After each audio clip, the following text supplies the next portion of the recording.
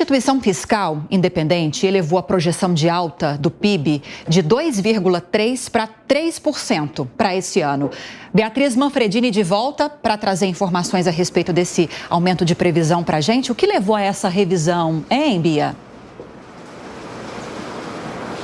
Olha, Lívia, o relatório cita que o que levou essa revisão para cima, com uma expectativa de crescimento do PIB maior em 2023, foi o resultado do segundo trimestre agora deste ano, que saiu recentemente, na semana passada. No primeiro trimestre, o crescimento do PIB foi de 1,8% e no segundo trimestre de 0,9%. Então, esse relatório de acompanhamento fiscal do mês de setembro, que é produzido pela Instituição Fiscal Independente, cita que esses dois primeiros trimestres apresentaram um bom resultado, que o segundo trimestre superou as expectativas e que, por isso, então, eles decidiram aumentar essa previsão de crescimento total no ano de 2023 de 2,3% para 3%. O relatório cita ainda que há algumas dificuldades previstas agora no mês de julho e no mês de agosto, que indicam uma desaceleração e que isso pode resultar em uma possível estabilidade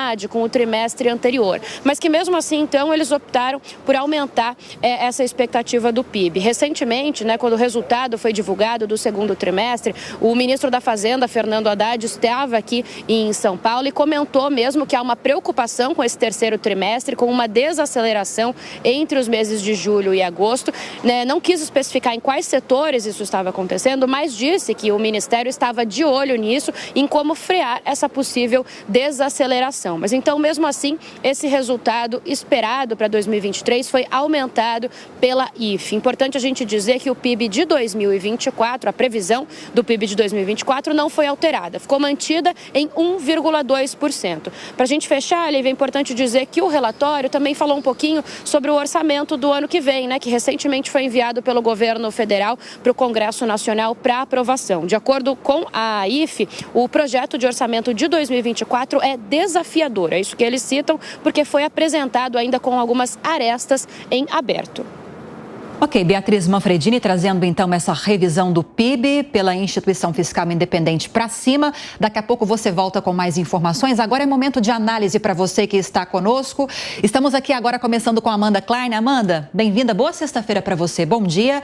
Bom, temos então essa previsão da IFE, da Instituição Fiscal Independente, uma revisão para cima de 2,3% para 3%. É a mesma previsão do FMI e o governo mantendo essa previsão de crescimento da economia para esse ano em 2,5%. Ontem nós falávamos, sobre a declaração do Haddad dizendo que é inadmissível que a economia brasileira cresça abaixo da média mundial nesse ano. Exatamente, Lívia. Inclusive, eu estava nesse evento em que o ministro da Fazenda, Fernando Haddad, disse isso, e ele tem razão. O Brasil tem que crescer e deve crescer mais do que todos os países da América Latina, a não ser pequenos países como Paraguai, Panamá, mas fora isso, perto das outras grandes economias, Chile, México, o Brasil deve crescer mais. E é essa a expectativa. Depois de 10 anos, uma década praticamente perdida, com anos graves de recessão, ainda no governo Dilma, como 2015 e 2016, uma retomada muito lenta, os desafios impostos pela pandemia, o país tem que voltar a crescer e principalmente tem que aumentar o seu PIB potencial, ou seja, o seu potencial de crescer sem gerar inflação. E aí tem até uma boa notícia, porque, por exemplo, o IPCA do mês de agosto veio abaixo do esperado pelos economistas, ao passo que o PIB do segundo trimestre veio acima do que o mercado esperava. O mercado esperava 0,3, veio 0,9, triplicou, daí essa revisão da IFE, a Instituição Fiscal Independente, que é um órgão que assessora o Senado e acompanha, se debruça sobre as contas públicas. Essa revisão do PIB vem de uma instituição importante, não é qualquer instituição, uma instituição que conhece a fundo as contas públicas e acompanha para e passo o orçamento. E vários bancos também já revisaram suas projeções para cima, tanto que o Boletim Focus já aponta o crescimento, estou falando de cabeça, acho que 2,6% ou 2,7%, mas se aproximando paulatinamente dos 3%. Portanto, tudo leva a crer que esse ano, de fato, o Brasil deve entregar um crescimento dessa ordem, o que obviamente é uma ótima notícia para o governo Lula, está por trás de índices de popularidade que também vem aumentando, mas ainda impõe um grande desafio a partir de 2024. Vocês viram que a nossa reportagem falou aí, para 2024 a Manfredini disse, ainda a expectativa é de 1,2, ou seja, o problema não está resolvido. Você teve um ano bom, mas isso não quer dizer automaticamente que os próximos anos conseguiremos crescer nessa ordem. Roberto Mota, bem-vindo também ao Jornal da Manhã. De qualquer forma, se essa previsão, essa projeção se confirmar, ainda bem, melhor ainda do que as projeções do governo. Melhor ainda e é ótimo. Bom dia, Lívia. Bom dia a todos os meus colegas.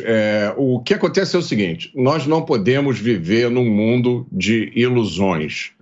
Nós acabamos de dar aqui a notícia da condenação do Uber. O Uber foi condenado a pagar danos de R$1 bilhão e a contratar com carteira assinada todos os motoristas.